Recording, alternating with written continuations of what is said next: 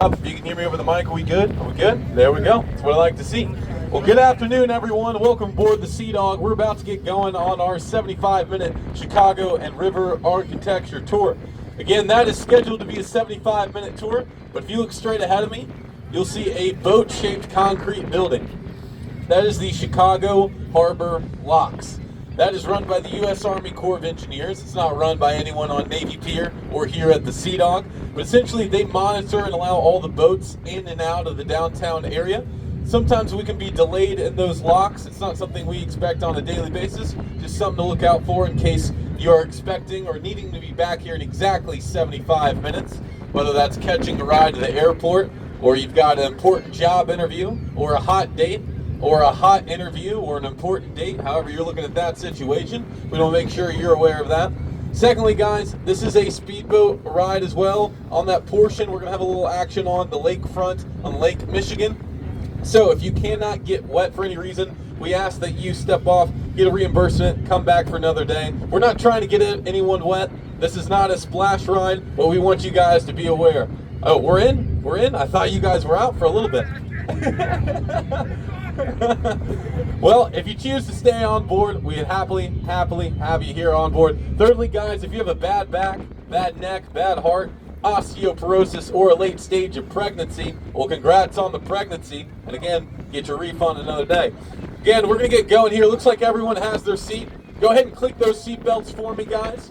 You will be situated in your seats with those seat belts on for the entirety of the boat ride. So whether we're cruising down the riverfront or speeding on the lake, we'll need you in your seats on your seatbelt.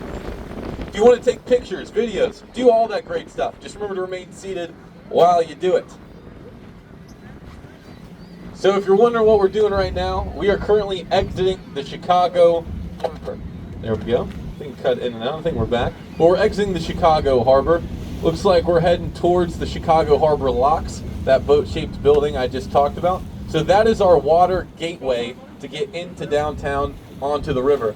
If you look to your left, you can already see those boats making their way into that lakeside gate.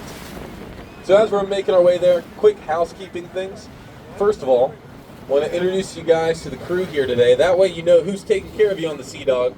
So behind the helm, making sure you guys not only take in the river or the lakefront, that's going to be Captain Cool J. Everyone turn around and wave to Captain Cool J. Turn and wave, turn and wave, turn and wave. He's taking care of you guys. Secondly, up right there in the pod. Secondly, guys, along his side, making sure everything runs smoothly on the lake and on the river. That's our first mate, Rick. Everyone turn around and wave to first mate, Rick, right here in the aisles, just sitting among you. There you go. One of our very own.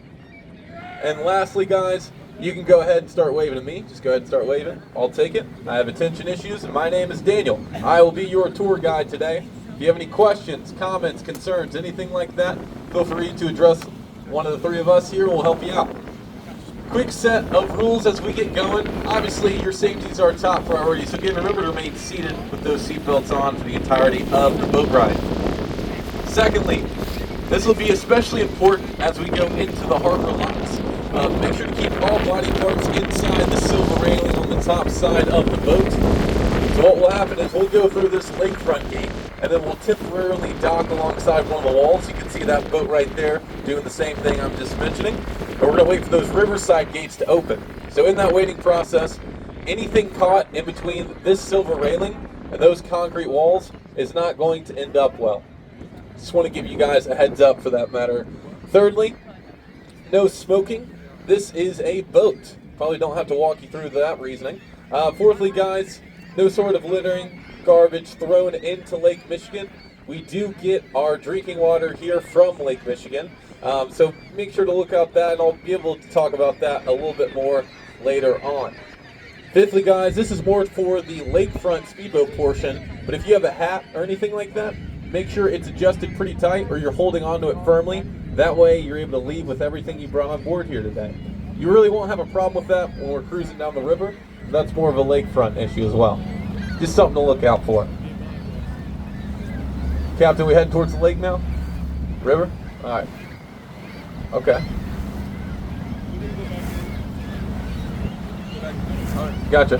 We're going to head back to the pier for just a second, guys. We'll throw on some music, get you situated, and we'll get going here on our tour.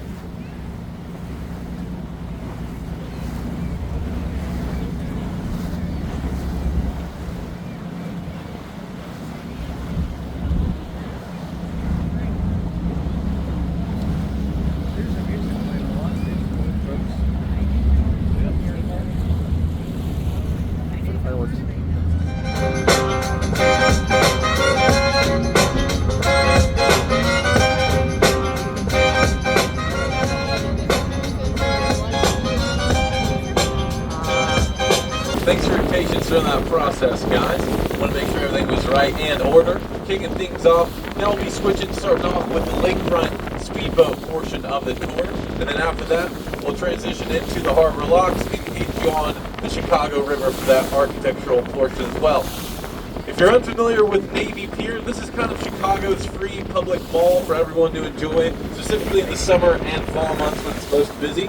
Obviously got a big week this week, not only with the 4th of July on Thursday, but also, if you're unaware, this upcoming weekend, Chicago will be hosting the second ever NASCAR street race here in downtown alongside Lakeshore Drive and Michigan Avenue. So I'm sure they're doing some pop-up events, other promotions for that race that you'll see later on the pier. As well as another notable summer event, the Air and Water Show, where they invite the Blue Angels, the famous Navy pilots, doing tricks routes right alongside the lakefront right here. Chicago's pretty lucky to not only have its downtown skyline, but its placement alongside Lake Michigan, the 5th largest lake in the entire world. At its deepest point, it is 930 feet deep. It looks, moves, and feels pretty much like an ocean. Again, guys, we'll be taking you out on that speedboat tour to kick things off. For now, I'm going to hand it off to Captain Cool J, throw on some music for you guys, take in some views, and we'll take things off on the SEADOG tour.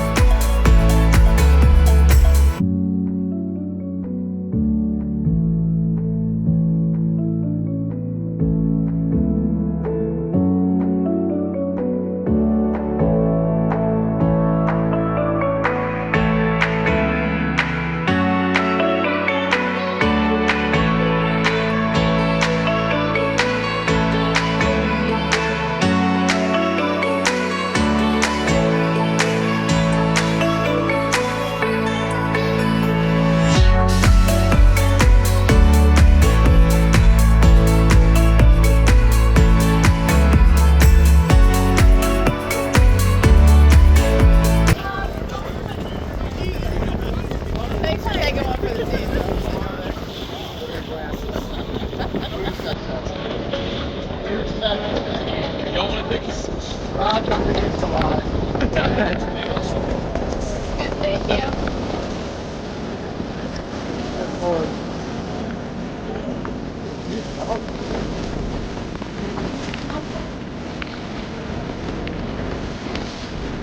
What's up?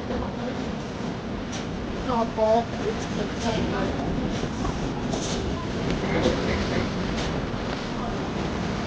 Oh yeah, hello. What's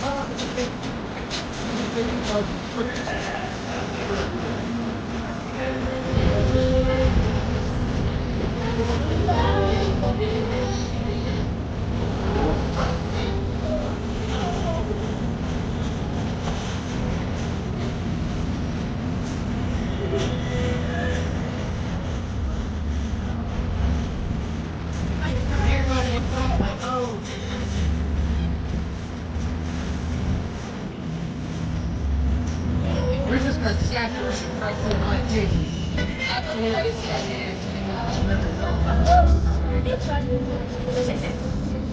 Oh.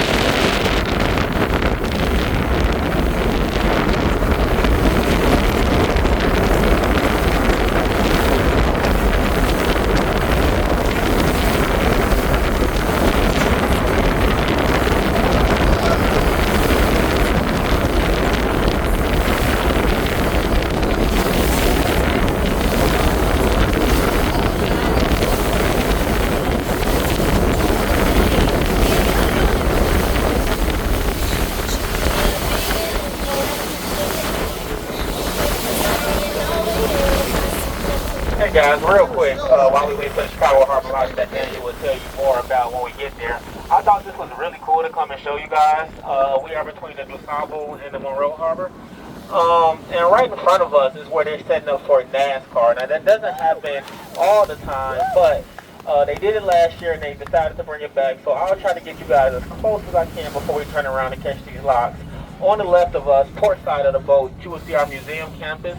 So the Field Museum, the Adler Planetarium, Soldiers Field way in the back, go Bears. And then you have the Field Museum right there behind that flag. But right in front of us, like I said, guys, really cool to see in Chicago. You see the Buckingham Fountain, and right behind that, you see where they are setting up for NASCAR 2024. So we'll cut up some music, get as close as I can. We'll get out here, go catch those Chicago Harbor locks, and give you a beautiful tour of our beautiful city. All right.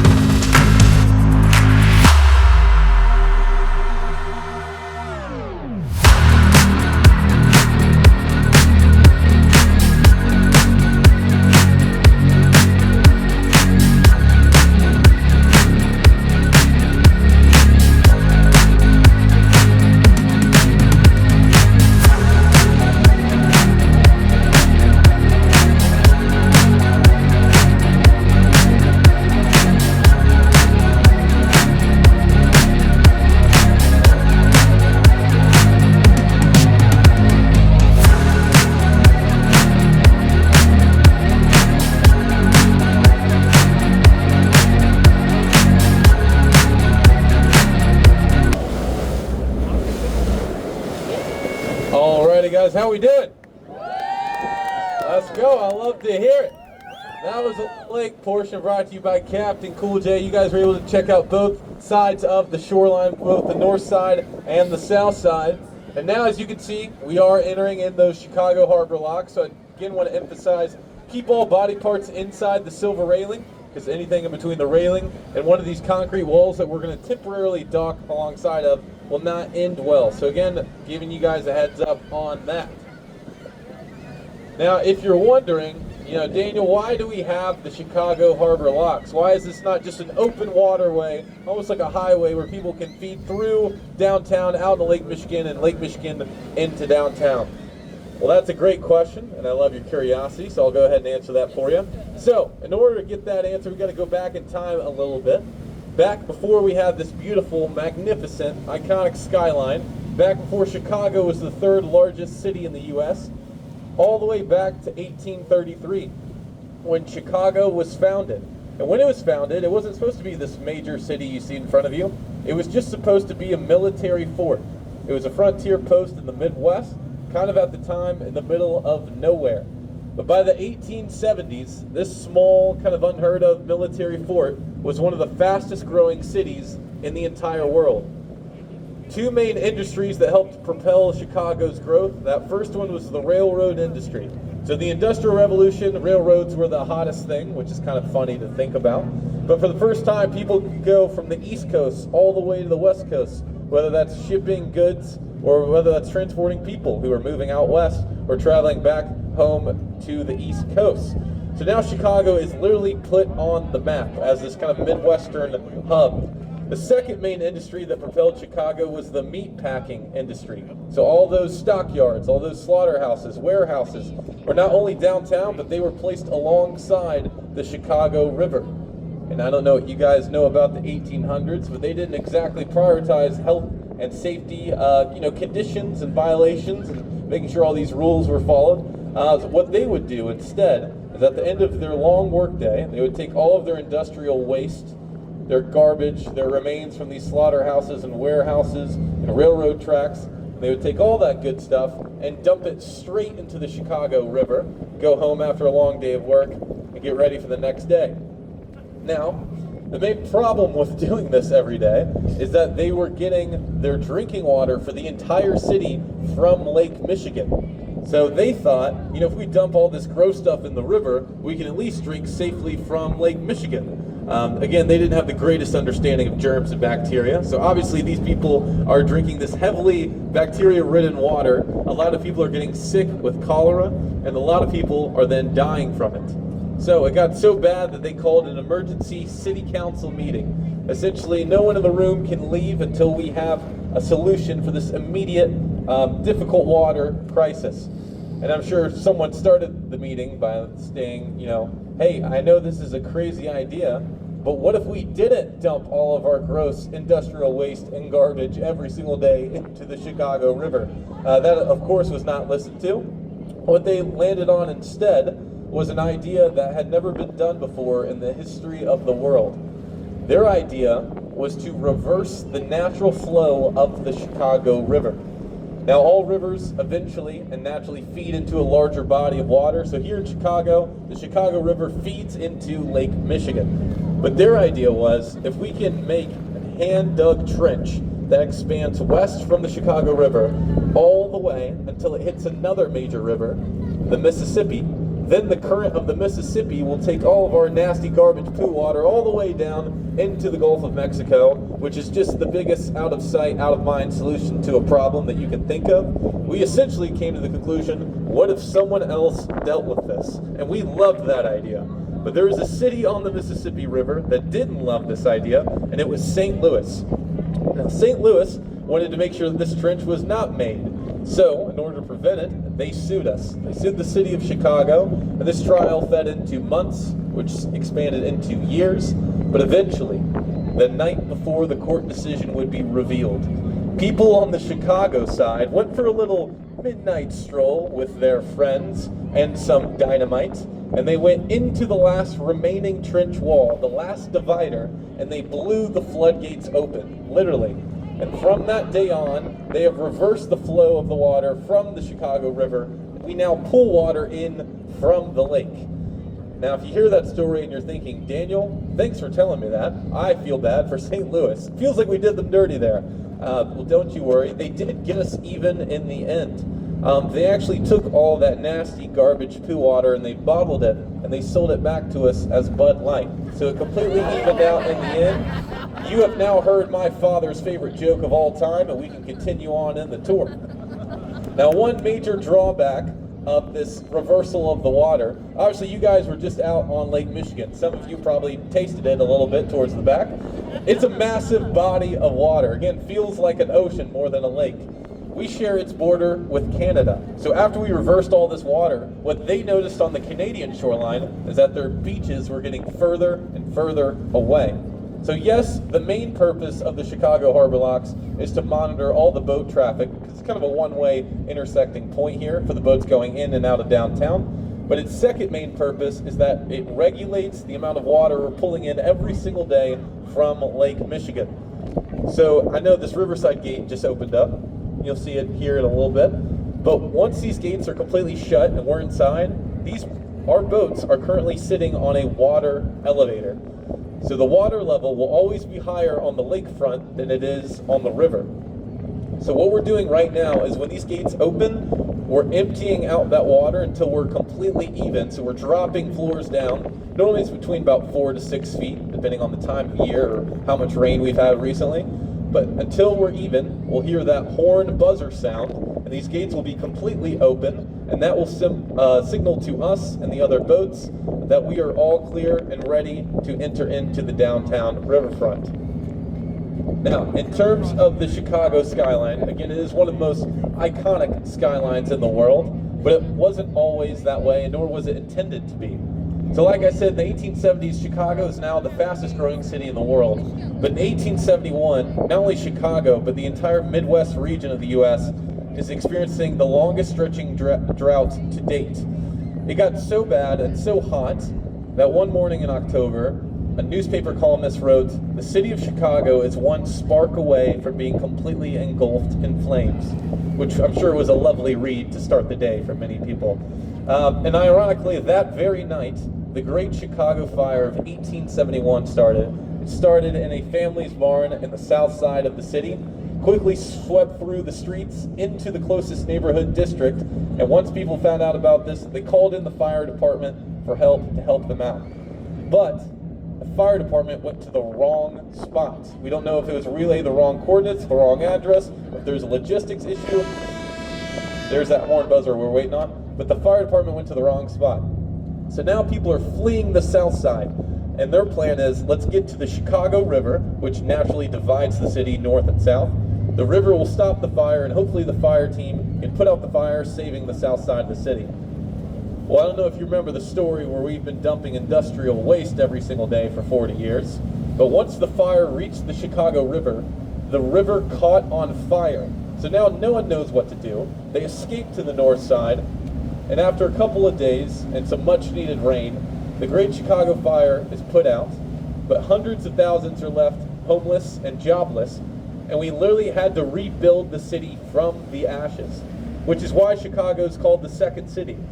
Not because we're somehow second to New York. Do not believe their marketing and their lies. This is our second attempt, and when we did rebuild it, we wanted to make it bigger and better than before. We were the first city to implement skyscrapers. Nowadays, they're considered norm and typical of any major city, but Chicago was the first city to actually use them. We invited architects from all over the world to rebuild and redesign our city. So now we're pulling in influences from all over the world, different artistic styles, different education styles, and I'll be pointing out those influences a little bit later on the tour. The two main styles of architecture we'll focus on just to keep things simple and easy. First one is modernism. And all modernism means is that the building looks like what it's being used for. The way you can walk by an office building or an apartment building and you don't know anything about it, you've never been inside, but you can tell that that's what it is. The second style is postmodernism, and all that means is that the building looks like something we might see in our daily lives. That can be paying tribute to a person, an event, a part of the city, or maybe something in our geographic landscape or area. first stop right here is Lake Point Tower on the right. Kind of looks like a giant black fidget spinner. But it's a private luxury apartment complex. And if you notice, it is the closest building to the water. The entire rest of the skyline starts behind Lakeshore Drive right here. They found a loophole to be able to build that. And again, it's very competitive to live in this apartment building, mainly because it's close to the water, but also because a lot of famous names have lived there as well. So in the late 80s and early 90s, during the Chicago Bulls dynasty, that's where you'd find Michael Jordan and Scottie Pippen. I'm sure they assumed they were sharing a bunk bed of some sorts. Great Chicago Cub legend Sammy Sosa lived there. And in terms of non-athletes, that's Jeff Bridges, Tom Cruise, and Oprah Winfrey all had units in Lake Point Tower. We've gone over names, we've gone over rules, you've checked out the lake, we're gone through the locks. This is not a riddle, but it's sounding like a riddle. We're going through Lakeshore Drive, so we welcome you into downtown Chicago, officially kicking off the Chicago River and Architecture Tour. Our first stop will be up and to your left. It'll be asking me if they forgot to finish the building. They also see that, not just you. So what that serves is an open air tunnel. So we get a lot of wind whipping through downtown or coming off the water. It's actually more stable for that building to have those open floors for the wind to travel through, rather than if it was a traditional squared off building where the wind just smacks it in the face over and over again. The architect of this building, her name is Jeannie Gang. I'll be bringing her up a little bit later on. She's a local to the area, and this is the tallest building in the world designed by a female architect. So if you wanted to clap, you could. Up to you. Oh, active listeners. Way to go. Staying on your left-hand side, this triangular-shaped building, this is the Swiss Hotel. It is a hotel. They did not call it the Swiss Hotel. That would make too much sense. But the architect had a fascination with sailing. So when he built this hotel, he wanted it to look like one of its sails that you would find on one of his ships. And just above it, you'll see the beginning of another Jeannie Gang building. That's going to be the Aqua building. So it's another high-rise apartment complex. Those concrete patios, they're supposed to look like water trickling down the side of it. And they look the exact same, but each patio has its specific dimension and proportion to it. And it allows for high-rise communal living. So normally you'd be on your floor and you could only see the floor of the room above you, but that is slanted perspective, so you can get to know your neighbors 50, 60, 70 floors up in the air. Alrighty, next building will be dead center, that white building with the clock tower on the top. That is going to be a familiar name to visitors and locals here. That's going to be the Wrigley building. So Wrigley family having ties to the Cubs. Wrigley Field, where the Cubs have been playing since the 1910s. Second oldest ballpark in the country. But this building was the first building to house a company to choose Chicago as its world headquarters. That would be the Wrigley Chewing Gum Company. Nowadays, it's the world headquarters for Groupon, but we still call it the Wrigley Building to honor that namesake. Another thing, if you look at this building long enough, you'll be like, it's still a building. You're right. Another thing, you'll notice that your eye line is naturally pulled all the way slowly till you get to the top and look at that clock face.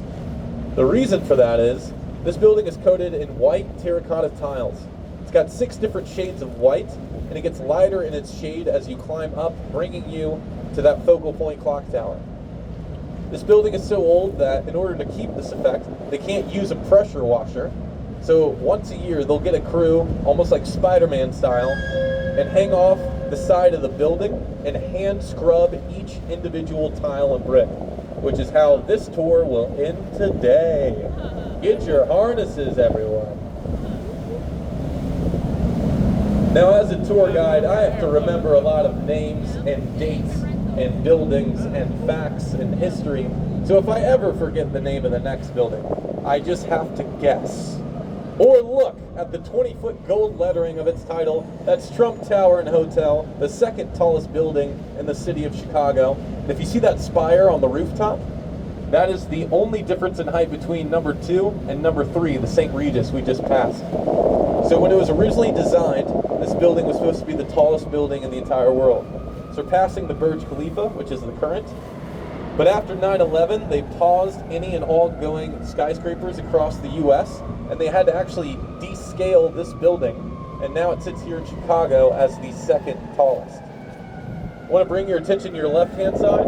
This is probably my favorite aspect of downtown Chicago. This is going to be the Chicago Riverwalk. So every single new building that gets put on the river has to have two things. One, you have to have park access, and two, you have to have a themed section on the Chicago River. I'll talk about that more later on and point out different themes. On your right-hand side, this twin set of identical buildings, this is going to be Marina City Towers. And as we go by, I want you to look up. It'll look like sun petals falling from the sky straight on top of you. It's been nicknamed the Corn Cobs Building because people are just hungry on the tour.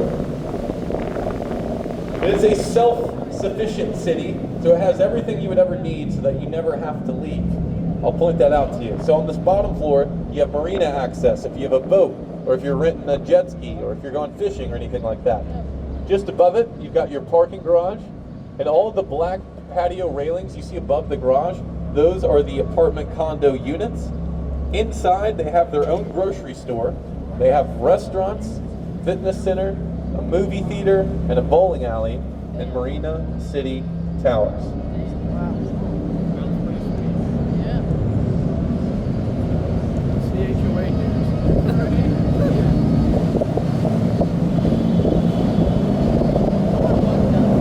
Next building I'll be talking about is going to be this brick building straight ahead in front of you on the right. This will be the oldest building you guys will see here on our tour today.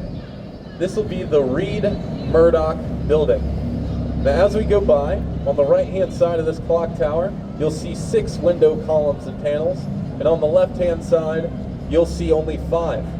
So this building sits here today, technically off center, in balance, and the reason for that is, after they finished the building, they were trying to make this next bridge, LaSalle Street Bridge, right here. And if you look at these bridges, they're absolutely massive, and these bridge arms on either side, in order to make a room for it, they had to shave off an entire corner and column of this building. And just above the clock face, you can tell that this is the current world headquarters for Encyclopedia Britannica.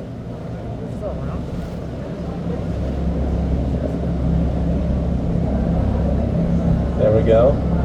Smile and wave. Let there be no mistake, those are our rivals. Yeah. Just some gentleman nods for right now. But they know it's go time. Another thing I love about Chicago is even on casual days like today's Tuesday, there's nothing specific going on downtown, but there's still so much interconnected. You've got water taxis and tour boats going under bridges, people walking, riding their bikes to and from work, cars going by. You'll have trains rolling by on top of the tracks.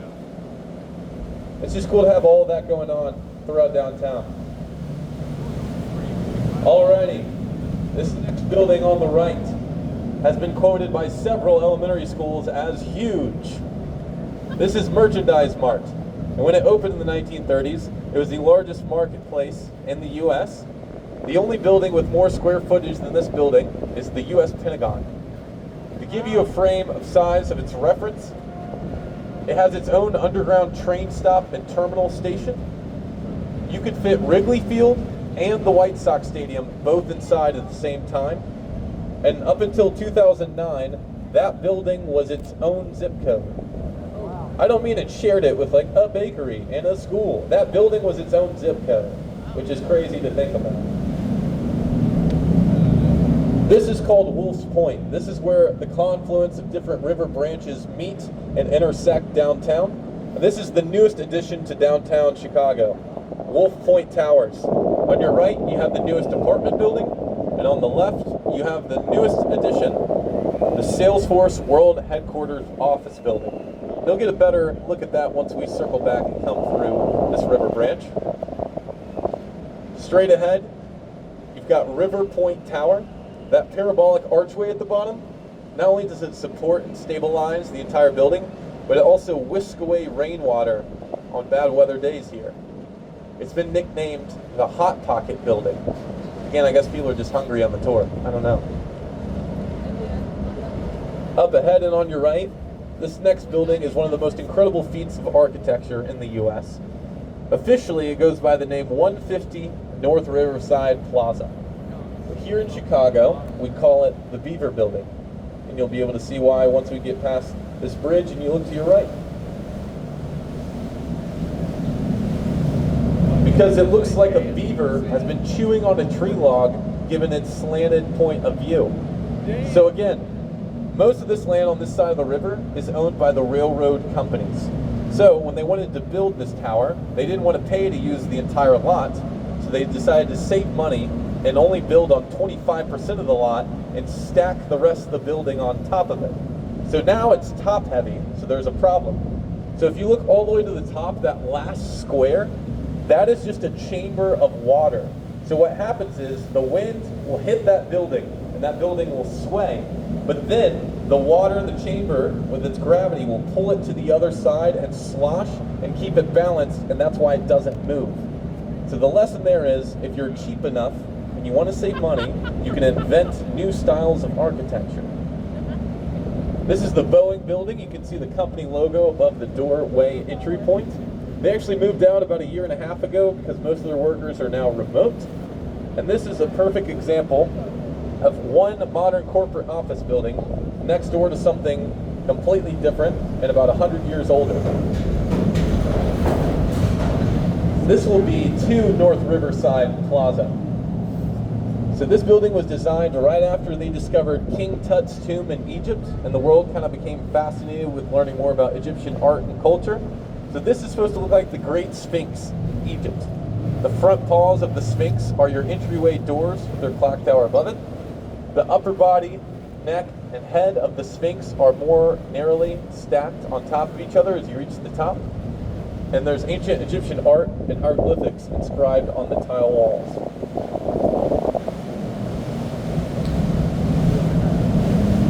Again, like I said, the railroads kind of transformed Chicago because we were a small military fort, but then all of a sudden everyone going east coast to west coast was probably stopping in Chicago. This is one of our active train stations. These are the Metro trains. This helps people commuting to and from work, whether that's a different city or town or the suburbs of the city. And again, that's their active train carts as well. And up ahead to your left, you'll see the main attraction on the South Shore line. The world's tallest building from 1976 to 1998. That'll be the Sears Tower. In your free time, you're entitled to your own wrong opinion. So spin it as you wish and call it the Willis Tower. Here on the SEADOG, that'll be the Sears Tower. Good job, Sears. So it's got a, oh, yes, power. Thank you guys, that was cool. That's never happened when I've said that, by the way. I'm assuming these are locals.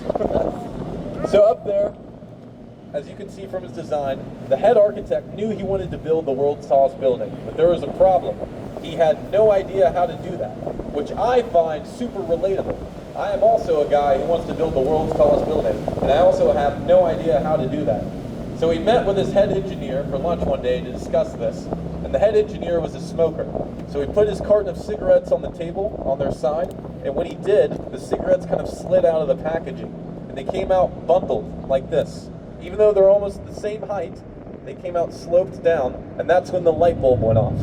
The style of architecture they were going to invent was called steel cabling and bundling. So instead of stacking squares and rectangles, one on top of each other, almost like a kid playing with Legos, he was going to wrap his building in steel frames and bundle them, taking turns on which arm would be the next highest, climbing upwards like a spiraling staircase, until you get to that last remaining tower arm, which acts as the record-breaking skyscraper height. Raise your hand if you've been to the top of Sears Tower. Anyone here on the boat? Okay, sweet. Survivors, how was it? Was it cool? There we go. It's good to see you. I would recommend it in terms of it's offering just a unique vantage point, obviously the highest viewpoint you'll have in the city. And those 5 glass platforms that are outside the building, that's something called the ledge. So it is a glass tile that you could walk on. It is only 2 inches thick, and you can see all the way from rooftop to riverside, 1,500 feet in the air as you step across. Apparently, in the early 2000s, A tourist went up there, a man, he took a step, and he saw the glass crack just a little bit. Everything was fine, everything was repaired, but he did buy new pants shortly afterwards.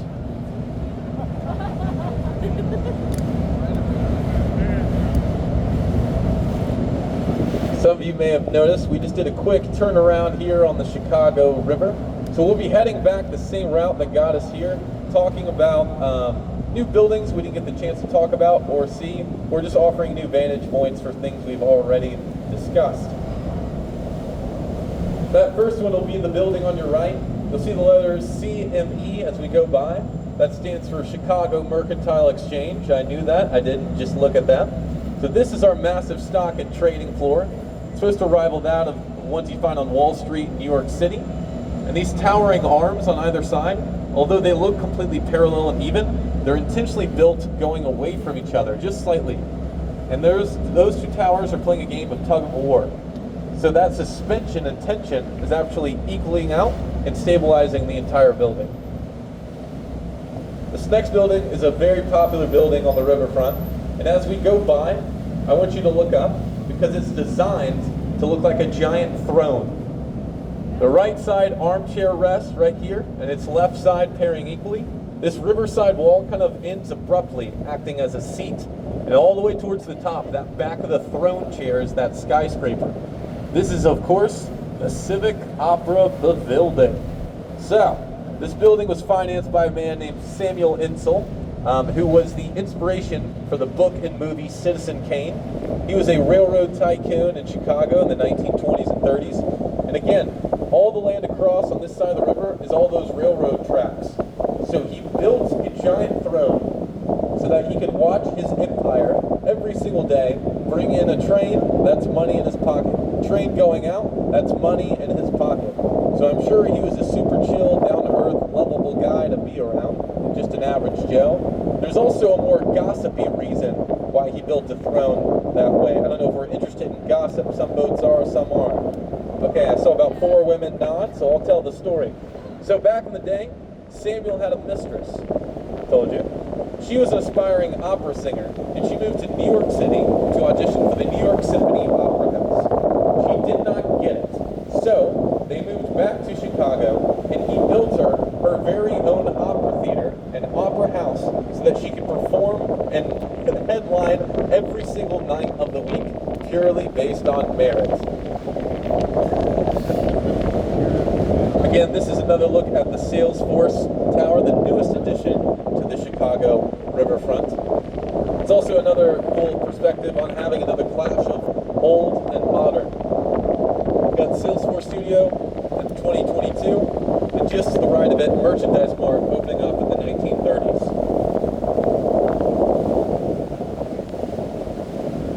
This is that last remaining section of the Chicago Riverwalk. Again, each section has its own theme. This one is called The Lawn. Still putting together the pieces why we call it that. It may have something to do with the fact that it's a lawn and there's lawn chairs. Still guessing. Just above it, you'll have 333 West Wacker Drive. The curve and the shape of the building represents where we are right now, this curving shape of the Chicago River. The 3 different shades of green tile glass reflect the color of the river water, and you can see the post skyline reflecting on the face of the building. Also, if you've ever seen the movie Ferris Bueller's Day Off, a movie filmed and centered in downtown Chicago, the parade scenes were filmed a couple blocks away from here, but when it cuts to Ferris's dad during the parade scene, those office buildings, that was filmed in 333 West Wacker. As we pass through Franklin Street Bridge, this will be my favorite view of the whole tour. It's kind of like a long hallway shot of everything coming up. You've got a different clash of styles and a kind of a long-standing view of the entire river.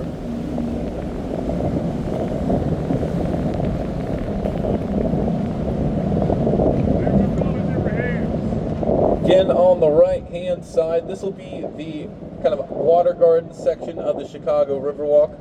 What's important about the Riverwalk is kind of that story I was telling you all about.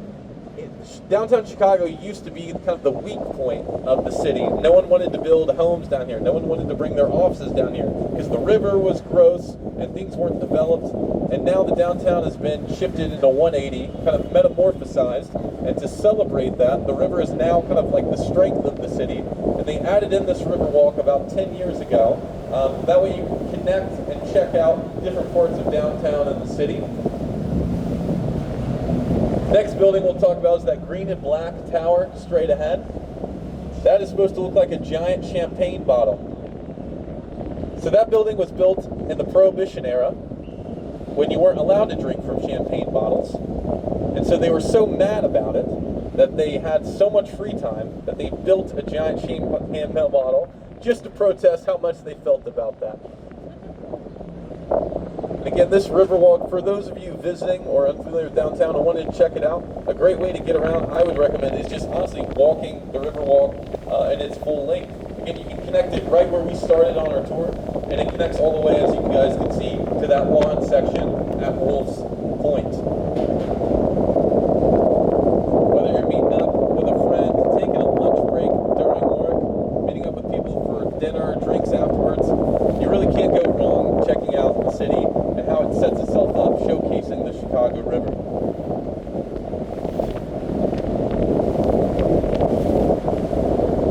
You've got different marketplace, cafes, restaurants, all placed down here as well.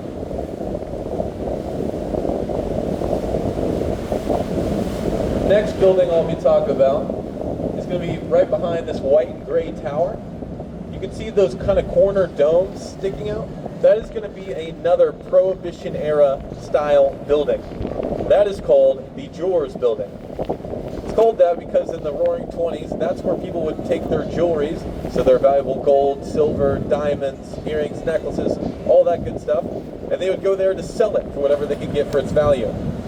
But there is a huge problem. These people were showing up to that building and they were getting robbed at gunpoint every single day. That's because on the very top of that building, you'll see it now as it slowly becomes more appearing in shape, there's a dome top to that building. So that used to be something called the Stratosphere Lounge. That was a speakeasy hideout for Al Capone and his mafia. So Al Capone was the leader of the South Side Italian family mafia, and he ran all of his gang operations outside of this building, and specifically that lounge area rooftop. And so these people were getting robbed every single day, and I'm sure it sucked to know that you had to wake up, go to work, and get robbed by Al Capone. So in order to avoid that, they built an off-ramp exit from Wacker Drive into the second floor of the building, where they built the world's first indoor car elevator so that one of their friends could just like safely crank them up as they climbed the floors and avoid being robbed by Al Capone's gangsters. So that's two iconic Prohibition era themed buildings kind of stacked next to each other in this downtown corner.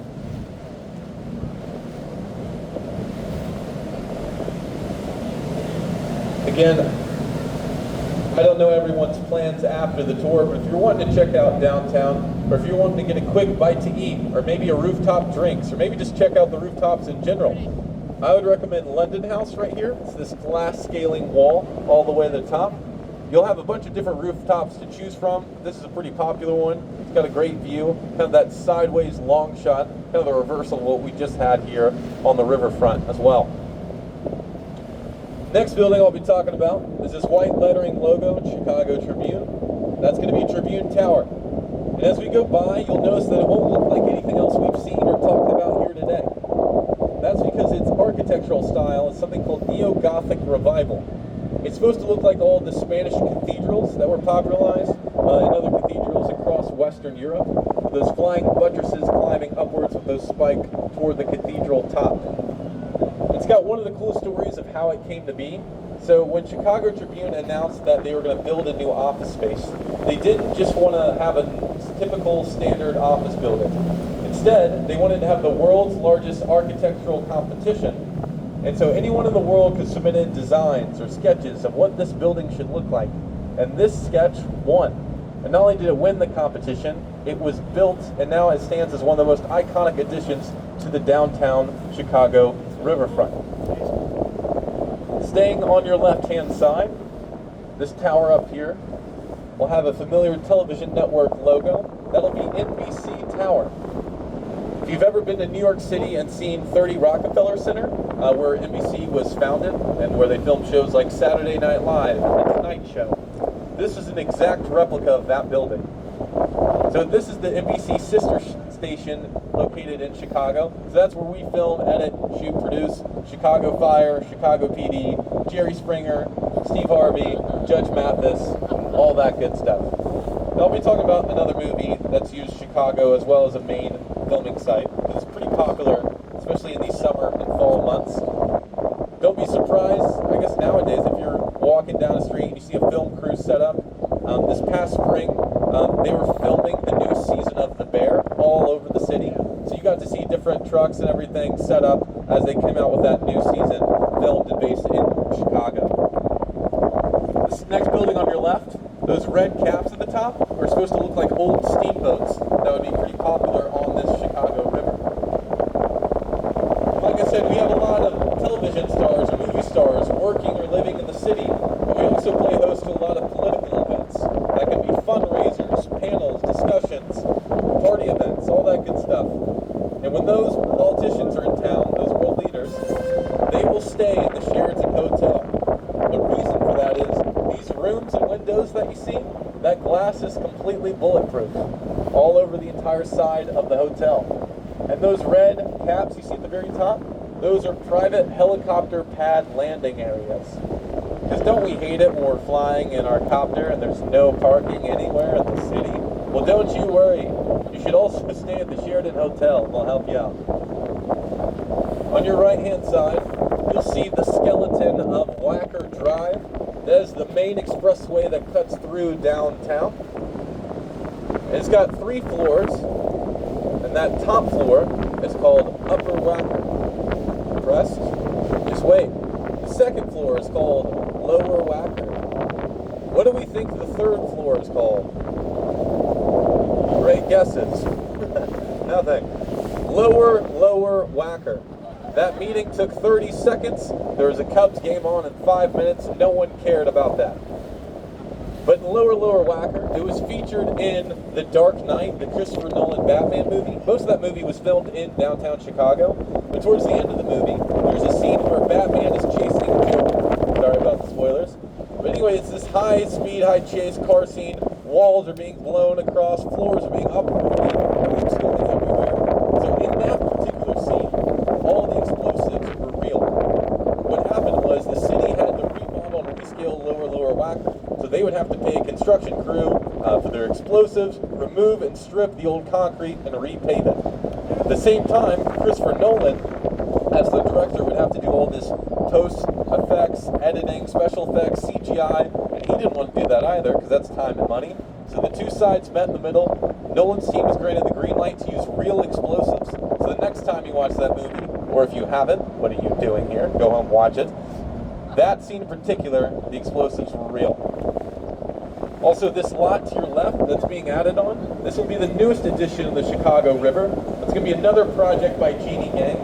That's what I love about the city is not only is there always something going on, but there's something being remodeled, rebuilt, or something new just being built in general. Now as we head back to the Harbor Lock gates, it'll be the same. Oh, there's another SEADOG. Everyone wave. Didn't even look at me. That's my co-worker.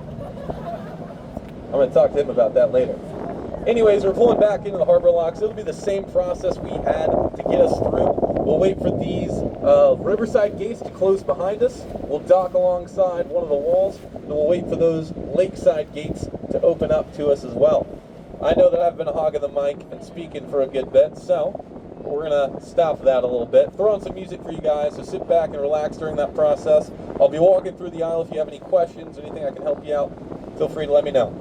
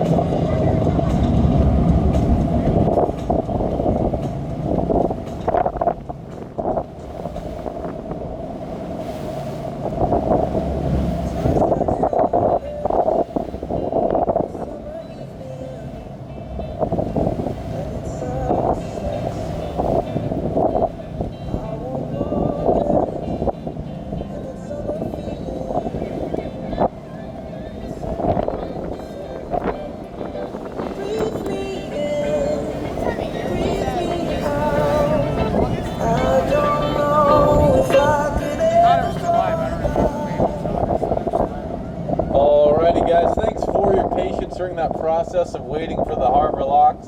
Obviously, those lakeside gates are completely open, so ourselves and the other boats are free to re-enter back into Lake Michigan, but specifically head back to Navy Pier. So this was that first view we weren't able to start with. Will be the view that we kind of end on here with today, coming back into Navy Pier.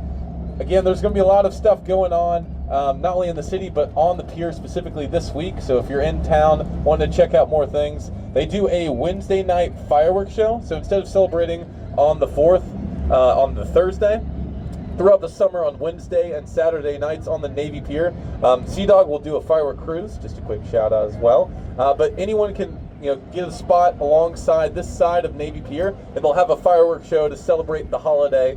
Ring that in. That's going to be Wednesday night if you're looking in for something to do, or maybe you're just going to catch it nearby alongside the lakefront trail or at a restaurant or bar somewhere as well. So feel free to check that out. Glad you guys could check out Chicago, not only on the lakefront and on the riverfront.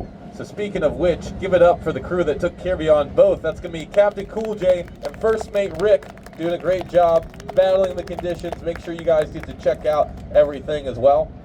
There's so much to love about Chicago. You got a little glimpse into the history of it, the underdog story of it, and now where we are today. It's also considered to be the culinary capital of the U.S. Can't really go wrong with any place you choose to grab a bite to eat. And again, guys, before we dock and you guys depart and go with the rest of your summer day plans, if you enjoyed the tour, feel free to leave a review on TripAdvisor or Yelp. We'd love to hear from you. If you did not enjoy the tour, no worries. Write down your feedback, your criticism, throw that on a $20 bill, and I'll pass that along to my boss. Make sure he sees it directly after this tour. But again, guys, you've been such a fun and great group. That's not always the case on these boats, but I really appreciate it. I know the crew appreciates y'all as well. So enjoy the rest of your day, and thanks for riding with SEADOG. All right, guys, a little louder for your amazing tour guide, Daniel.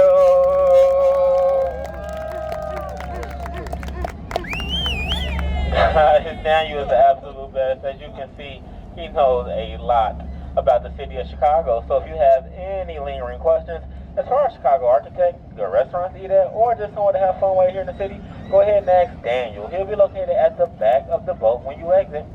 Now, I'm glad you guys had a good time. If you had a great time, you should let Daniel know. Give him a hug, a high five, or better yet, give him a few dollars. Keep in mind, he's a hard-working student, working his summers here at SEADOG. So most of his income does come from tips and gratuities. So anything that you may have, I am sure he'll appreciate it. Now, at this time, let's begin our docking process. There's no space to unbuckle your seatbelts. When you do this, you can just buckle right behind your back. Thank you. But more important, everyone, please remain seated until you hear myself let you know when it is safe to disembark. Again, everyone must remain seated until myself let you know when it is safe to disembark. Thanks so much for coming to Chicago Navy Pier. Thanks for riding the SEADOG, and enjoy the rest of this beautiful day.